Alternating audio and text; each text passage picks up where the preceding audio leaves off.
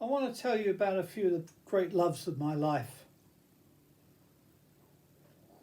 I'm not talking necessarily about a sexual love here,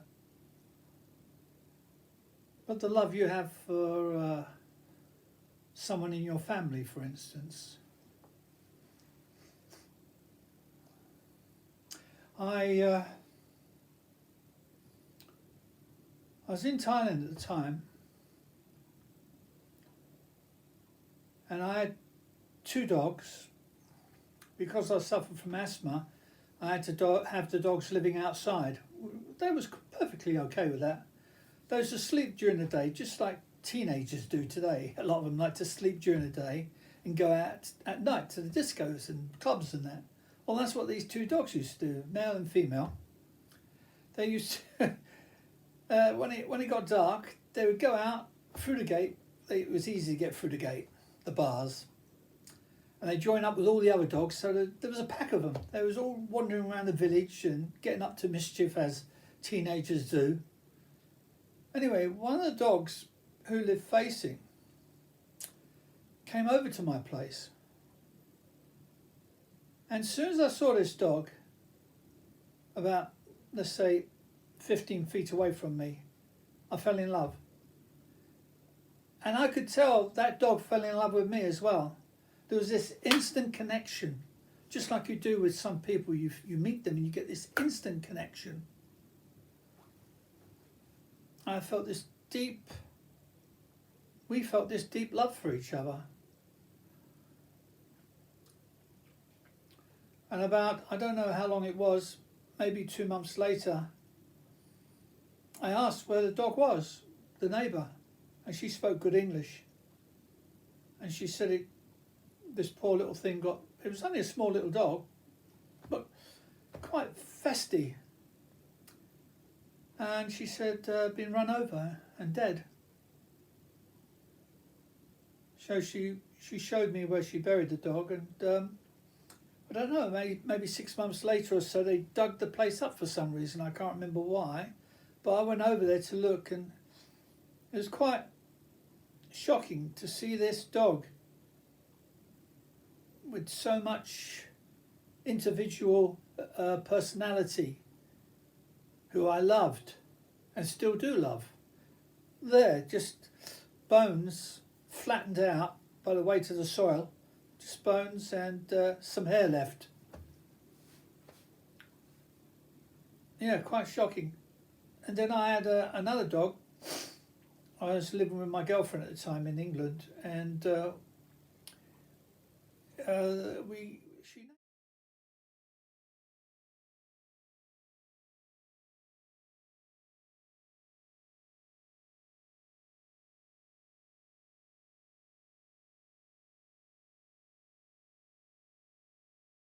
named it a certain name. I can't remember what the name was. Oh, by the way, if you have a dog and they get car sickness or seasickness, just go and buy some tablets, car sickness tablets. And this dog, when we got her, she was very small.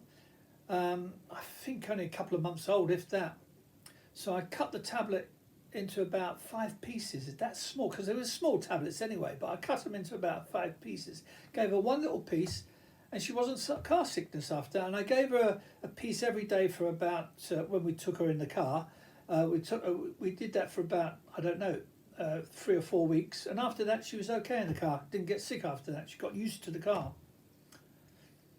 But this is a Chinese crested one I'm talking about now in England, who got car sickness, and she had blonde hair. She was very posh, sort of nose. You could see her nose in the air as she walks along. "Don't talk to me," she would say to the boy dogs as she went by, and "How dare you sniff my bum," as dogs do, you know. And just a reminder, if you like my videos, please give me a thumbs up and hit the subscribe button. Thank you. And she had blonde hair, well, white hair basically, like mine almost, if not more. White hair on the head and on the paws and around the face.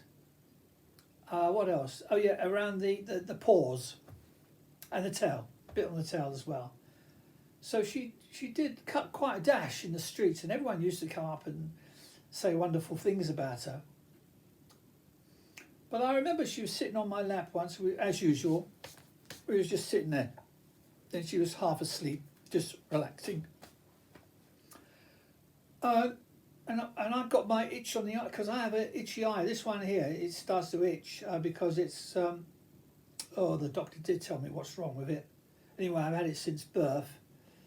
And she notices me rubbing the eye, and if I start to rub this eye, it gets worse. It gets very red and more water, and it's just terrible. So she leant up and got close to my eye and then stuck her little tongue out, only a small little pinky tongue, went under the eyelid, because my eye was closed at the time, wiped it clean, and it went no more itching after that. Now, I know the doctors will say, you can't do that. Some dogs carry a certain germ and you can go blind them doing that. Well, yeah, there's many things could happen. You could walk out your door and someone kills you. It happens. So, if you're going to live like that, okay. But no, that was fine.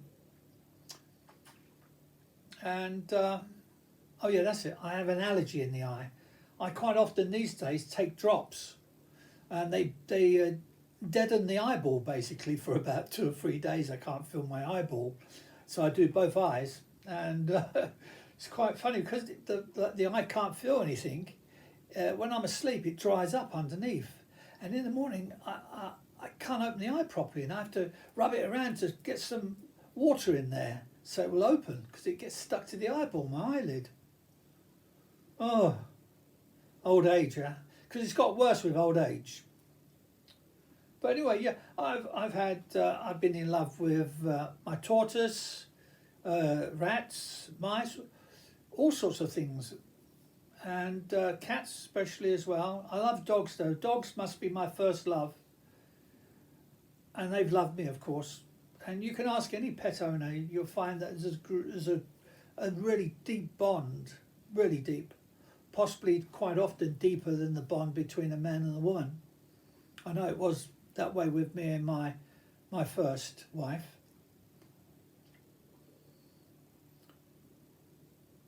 So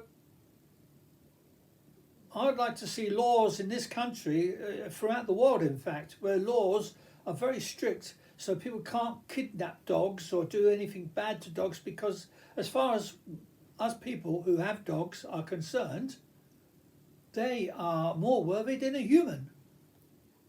I can leave money on the table and they won't steal it. No dog's ever stolen any money from me.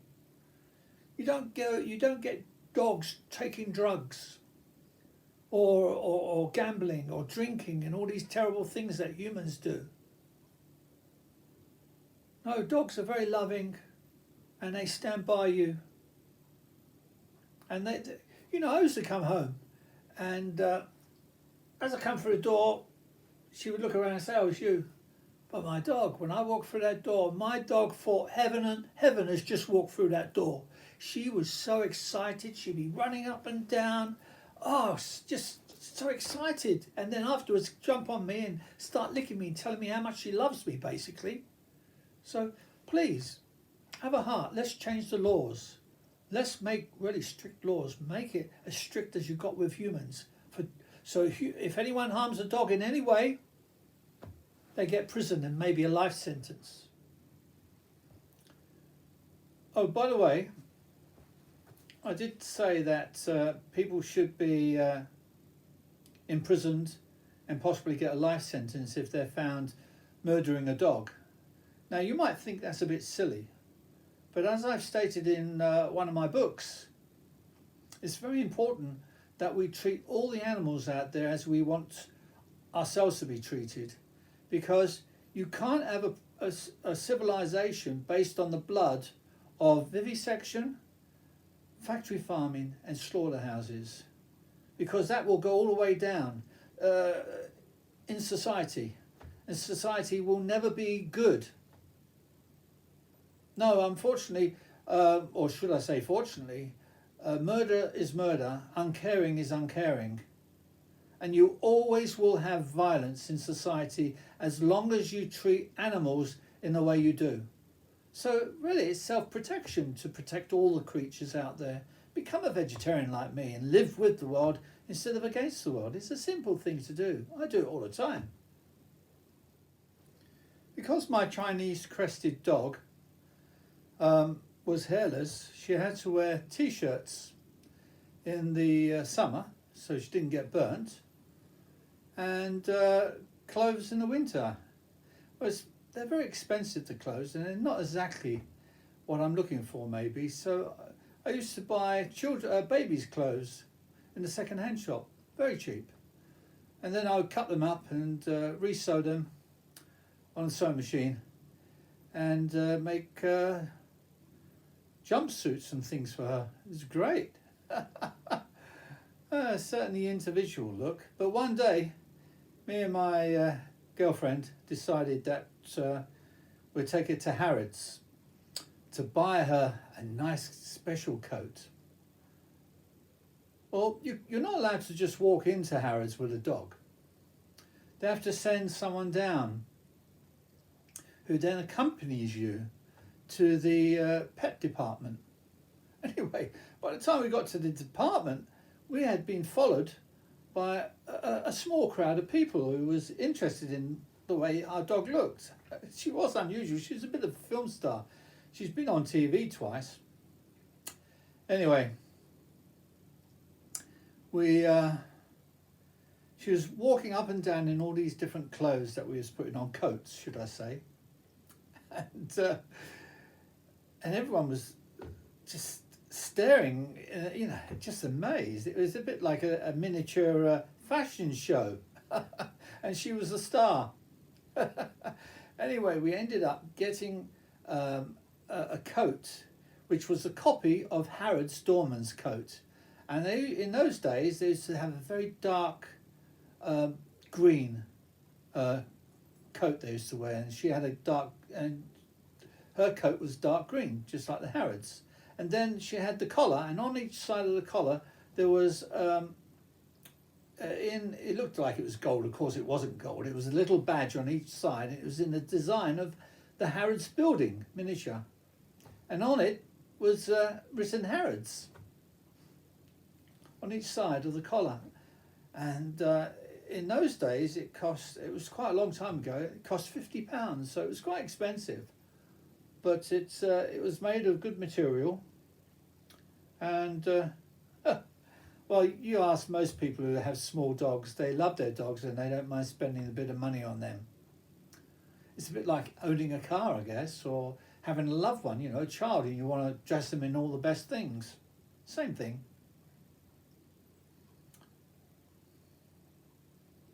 Well, you just have to watch for my next one, which is going to be on doggies as well. Because now you've got me talking about them, I can't stop.